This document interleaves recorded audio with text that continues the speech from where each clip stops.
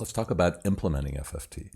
Now, what's going to be different about this discussion as opposed to other discussions about implementing other models is that we have a particular way of implementing FFT that tries to balance the model, the lens, and the feedback and voice of the client and put those together so that constantly, session by session, you can make a plan that both fits the phases of change that are inherent in the FFT model and the unique feedback that's coming from the clients.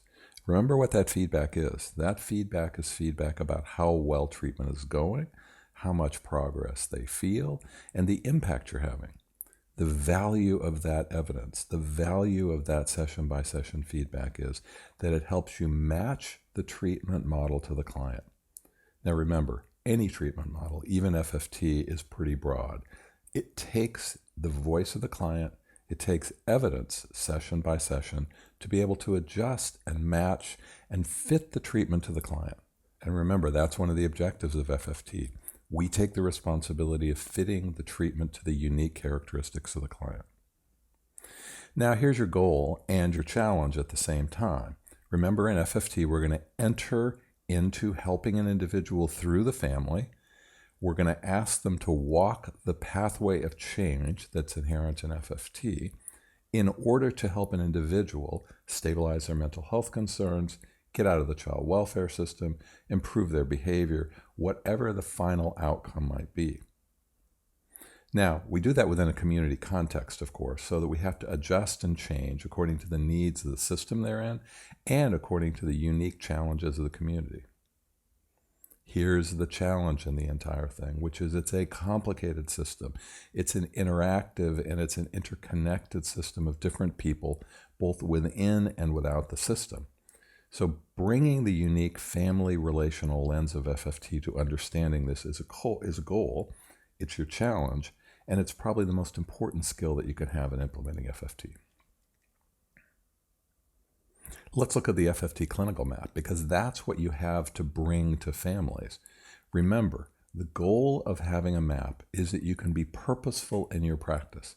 What that means is that you can follow a pathway of change that has good scientific evidence, as opposed to following the immediate needs of what someone might be experiencing, and therefore becoming a little bit like chasing a cat chasing its tail around and around while moving forward. The idea is to incorporate the needs of the family, session by session, into the discussion, and at the same time help them move along the change map that's FFT. It starts, of course, with engaging and motivating, and the goal at first is you have to find a way within the complicated discussions with the whole family to build alliance between them. Remember, that's going to happen through reframing. In addition, also through that discussion, you're going to help reframe and refocus the problem definitions of each person so that they go from being blaming to being focused on the family, where everybody has a part and everybody has responsibility. The biggest blockage to engagement, of course, is negativity and blame. Reducing that through reframing is what helps you build hope and therapeutic motivation to be part of the intervention. In the middle phase, remember, built on the good climate, built on the family-to-family alliance, there's now the possibility to say to the family, let's now come up with a new skill that will help solve these more immediate daily things. Now, what's important about this is that by the time you introduce the skill, they are on the same page. They each feel responsible and they each have a part in what goes on. Therefore, the motivation to do something new is high. And what we're looking for is that their ability not to role play, not to talk about the skill, but to use it in the room with you, use it in the session with you, so that they can ultimately take that skill and use it in other contexts.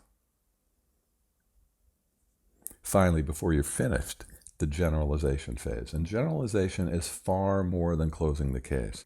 The generalization phase is one in which we're going to step back. We're going to help the family sit and work within their new set of skills and their new climate. The notion here is we want to help them stay changed. That's the maintenance part. Now, to do that, we're going to help them stay on the wagon, so to speak, help them keep using the new skills. And when they run into a challenge and they have a relapse, we're going to help them get started again. But secondly, We're also going to help them generalize what they've experienced in the behavior change phase with certain events in their family, school, hospitalization, something happening in the justice system. We're going to take those new events and help families generalize the skills that we may have taught them in other areas to those new events. Generalization is not an automatic process once someone learns a new skill. Generalizing to new areas is something that's quite hard for families. Generalizing, helping maintain through relapse prevention, and supporting changes by building within family, within extended family, and within community supports. Now, the second goal that you have is this complicated goal of helping the family navigate the system. Now, navigating the system comes through the case management activities that we've been talking about. The goal here is to help the family be skilled, confident, and have the ability to navigate the mental health or the complicated system in which they're in. Now, the idea here is this. The idea is if we can empower the family to know where to go, who to ask, what to look for, and to be good consumers of the system while at the same time working in alliance with the system, we will help prepare them for a lifelong ability to manage their family within the context in which they live. Now, that might be managing expectations from child welfare or expectations from mental health. It might be safety monitoring, something to do with the legal system, something to do with courts and domestic violence and practical needs. It's very much focused on helping not just families get what they need, but helping them ultimately learn how on their own to navigate the complicated system in which they're in. Now, what's important in this is that each of these case management activities, safety monitoring, helping with practical needs, how it gets delivered is based upon the phase in which it occurs. So, for example, if you're going to help with rent assistance in the engagement motivation phase, it's very helpful to link them and help them get that assistance quickly. In the behavior change phase, it's more important to help the family use their communication skills to get that on their own and stand behind them and prop them up. And in the generalization phase, let them do it on their own, but be there to help them going and not let them give up. Case management activities regarding navigating the systems happen through a therapeutic lens. Now, we know this about FFT, and this is an important thing to know as you go into implementing it. FFT has a long history of positive outcomes. However, every outcome of FFT is not positive. FFT can also be harmful, like any psychological intervention. It's most effective when it's delivered with adherence and competence on your part. What that means is, in a surprising way, the best outcomes you can have for a family are to follow the model. Do your best to match the model to the client. We have evidence, we have studies that show that if you follow the model, the outcomes will be good. So, for example, we have a study that shows that good adherent FFT therapists produce positive changes, the blue line. Red is bad FFT, and yellow, of course, is no treatment at all. Non-adherent, non-competent FFT, it isn't that it causes harm, but the likelihood of a positive outcome is low. The same finding we found in Ireland, where dropouts had the worst outcomes, low adherent therapists the next worst, and the high adherent therapists, the therapists that follow the model in every clinical decision they have, are the ones that have the highest and the most positive outcomes. So as we talk about implementing FFT, what's really important to remember is all the tools we've created for you, the clinical decision-making tools, the supervision process, and things like that are all oriented towards helping you be adherent to the model so that those adherent activities can produce positive changes for the family. Now, what makes FFT effective, as we've talked about as you go into implementing it, are three things: that you wear the glasses and you look through the lens to understand problems and how families work, that you follow the map and let your session-by-session activities be determined by that phase, and then incorporating in an artful way the things that the family bring each session into that phase. Now, to do that, of course, a different way to think about it is we have a model and we have a lens and we have tools to help you match to the family. What's it take in the real world? Because in the real world, it's far more complicated than just something theoretical. Certainly it takes knowledge. That's what you're learning here in Adaptware. And that knowledge is about child welfare and mental health, and it's about juvenile justice. It's about communities. It's about values. It's about understanding families. There's a second different kind of knowledge as well. That's the knowledge that it takes to translate into practice what you know to help whatever you know fit a family. Those two things happen when this occurs in practice. First, purposeful practice. That at any point in time you can say that I did this activity for this outcome. And remember the goal here. The goal here is not just to do interventions. The goal is to find activities that you can do in the relational contact with the family to produce the goals of the phase, because those are the building blocks of successful change. Now, to be purposeful in your practice, it takes two things. It takes thoughtful planning. It is not possible to do good family therapy without planning. Now, planning doesn't mean that you don't anticipate and don't want to include the voice of the client. What it means is you know the activities, the goals, you know what you're looking for, and you're going to combine that and translate that to the immediate session-by-session needs of the family. Thoughtful planning is how you prepare to make that match in the room. Without thoughtful planning, it's very difficult to be a creative therapist. Now, if you're going to be a thoughtful planner, you need feedback. You need feedback to translate it, and that feedback comes from the family. That is their view of the session-by-session impact, progress, and alliance that they feel. That's why we measure that. So at the end of the day, what does it take in the real world? Being purposeful, that's based upon your thoughtful planning and feedback, and that's built on this information you're gathering here and the skills that you'll have in translating that information to practice. Our approach, as you know, is to use our model, training, comprehensive measurement. We have a robust measurement system and feedback, and ongoing quality improvement and program development in order to help improve the model along the way. But in terms of implementation, it takes something much more specific and much more focused in an idiosyncratic way on the family. It is about clinical decision making. And we want to suggest to you that the best way in which you can be helpful to a family is to focus and spend time in the decision making that you make about what to do in a case and what to do in a session.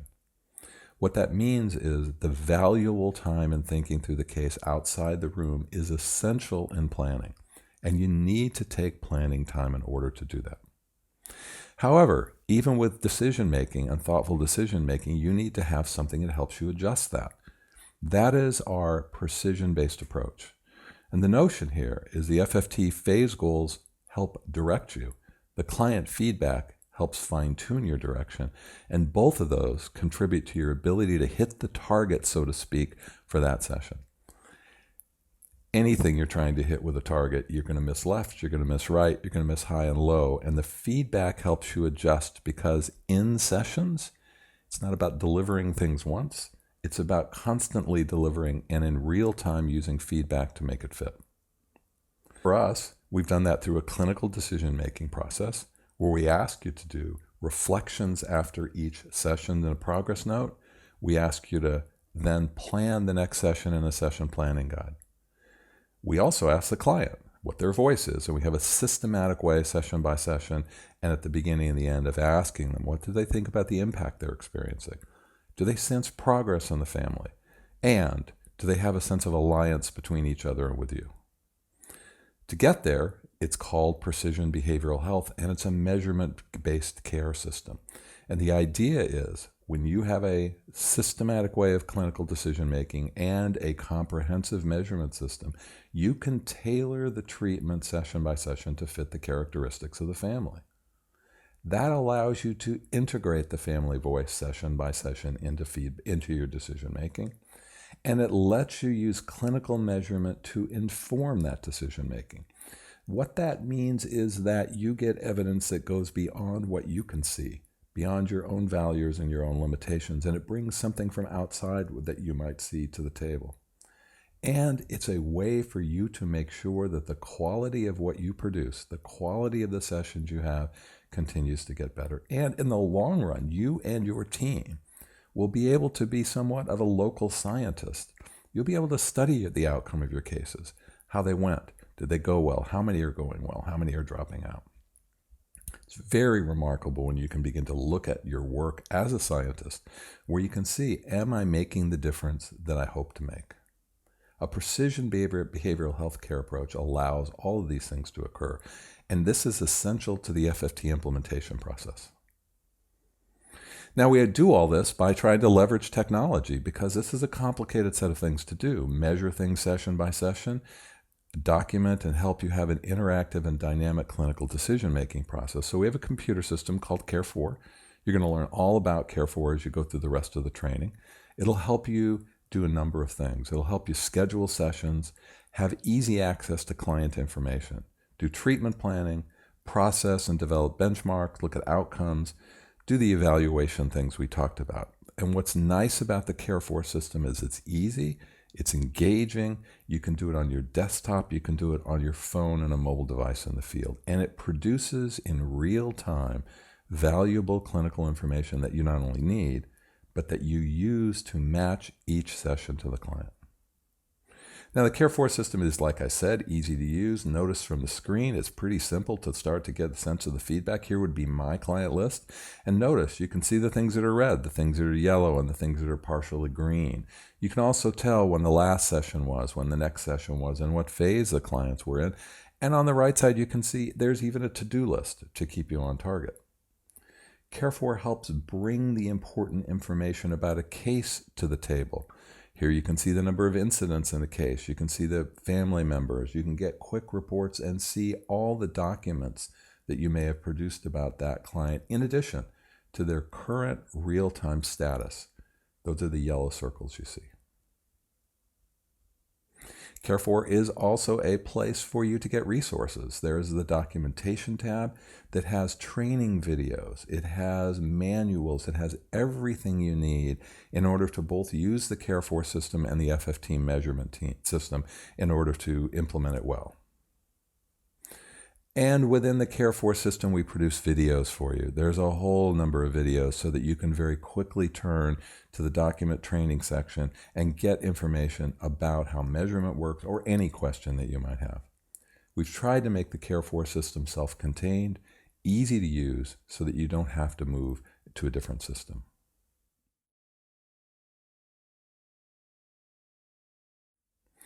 Now, implementing FFT and using the measurement, clinical decision, and the Care4 system works like this. As a case comes into Care4, there is a family-focused intake assessment. Now, that intake assessment, we've built those tools into the Care4 system. They have the important FFT things. They talk about adult, youth, family functioning. They talk about violence and safety needs and case management needs. When that intake is finished, before seeing the case, you and your team review the case, and you do an initial case and session plan.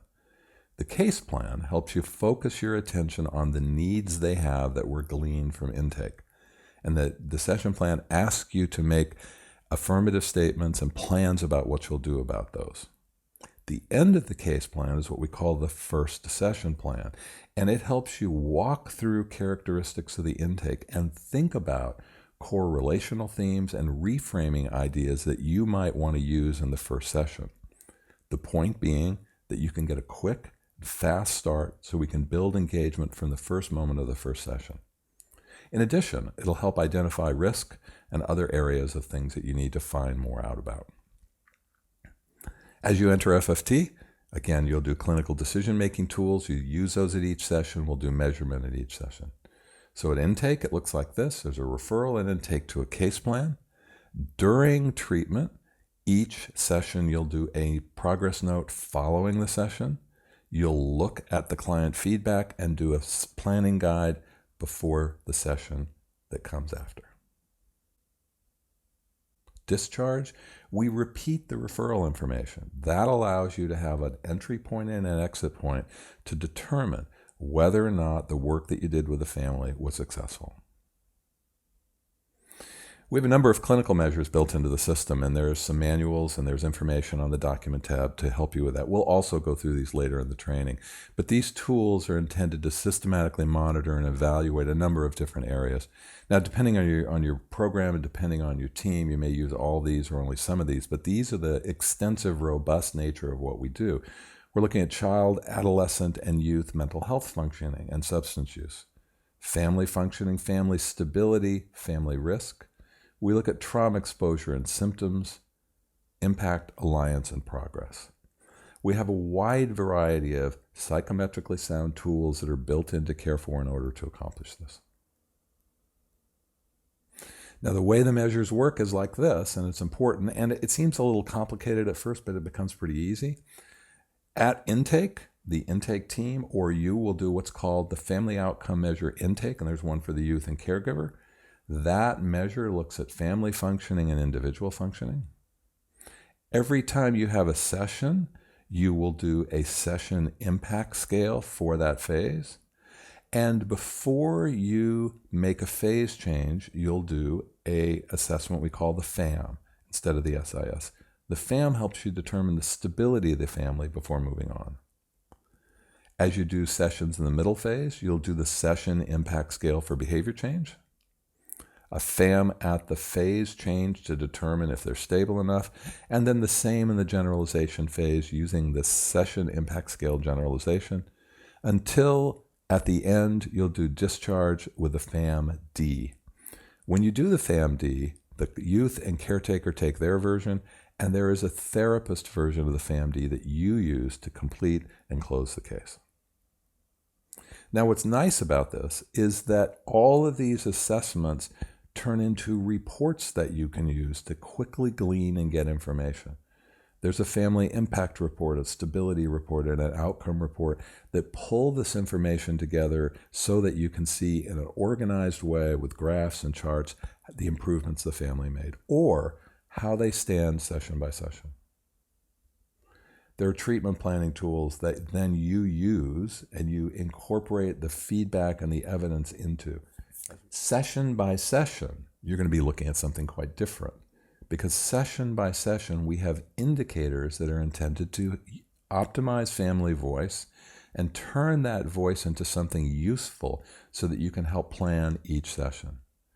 The family voice, we're looking at three things. Session by session, we ask, what's the impact we're having on you? And we do that with specific focused questions on each of the phases. So impact in engagement and motivation is about feeling blamed. Impact in behavior change is more about understanding what skills you're going to use and how to implement those. And in generalization, it's the ability to remain stable. All across the phases, we ask about progress. Progress in school, progress at home, progress in family functioning. And then lastly, we ask about symptoms and alliance along the way. We also ask your view on the same thing. And from those items, we're able to let the Care4 system turn them into useful, quick, what we call quick look views. What I mean by that is there are colors and graphs that allow you to see what's good, green, what's average, yellow, what's bad, red. When you get to the impact report, you can always also see each of our items, alliance, impact, and progress, and to look at not only your view, but each of their views. And we can look at the same thing by phase. Quick, easy to use, easy to see feedback so that you can quickly incorporate it into your decision making. Now, reports, as I said, there's a number of them, easy to get, and they're both clinical reports and administrative ones. You can also determine all the work you've done in a week. You can look at the cases you've seen. You can do a member activity report, a fidelity report, many of the other things that are necessary. The notion here is if you put your work in Care4, we can pull out what you need for your organization and the system in which you work so that you don't have to spend time on that. And instead, you spend time on the clinical work. Now, where does all this lead? Because the creative part of FFT in implementing FFT is to take all this information and your good and wise clinical judgment and put it together. So we have created and we use an evidence-based decision-making process that is intended to incorporate all these components. Look at the blue where it says intervene. The first thing you do is you have a purposeful conjoint family session. That's an intervention. You sit with the family and in a relational discussion, you talk about what's up and you help them move forward. After that session, we think it's incredibly important for you to take time, 10, 15, 20 minutes, and reflect on what happened in the session, and in essence, to put the events that occurred in the session through the lens of FFT, helping you understand not only what you did and what you accomplished, but how to understand how the family works. Now, what's important to remember is you'll never get a total sense of how they work. It's an ongoing decision-making process. You have to learn each week about how they work. Progress notes and the reflection you do in the progress note is intended to help you grasp and understand the complexity of how the family works. After you've reflected independently, it's time to look at the family's voice. What's the feedback they've given us? How do they say progress is going? Impact and alliance. Now, again, not only as a whole, but by individual family members. What this means is it allows you to come to the next session and target individual people or target different features of the goals of the phase in which you're in to help accomplish those. Your progress note, feedback from the family, and there's a very quick next session plan. We call it a session planning guide. The session planning guide pulls together what you've done into a quick and easy way to look and gives you a hint about knowing where to go in the session. Now, the session planning guide is something that can be printed out. You can take it into the session. It can serve as sort of a cheat sheet for you about where to go. Purposeful intervention, therapist reflection, family feedback, and a next session plan. This occurs all through each session in each phase of FFT. You've got a big task ahead of yourself. You have a lot of information, there's a lot of knowledge here, and there's a lot more to come. It is going to be about repetition, repetition, repetition. Watch, read, practice, get help in lots of ways and ask. Remember your questions, bring questions to the webinar, to your consultant. There'll be feedback from Adaptware, remember. We'll look at your success rate, the time you spent watching the videos and things. And at the end of the day, remember what this is worth. All of this work is about helping families. It's hard work. It's complicated work. It is not easy work. And if we're going to be able to help families, we're the ones that need to put the effort in at the end of the day. We're the ones that need to take the extra steps. They're the ones that need to consume our good evidence-based clinical decision-making.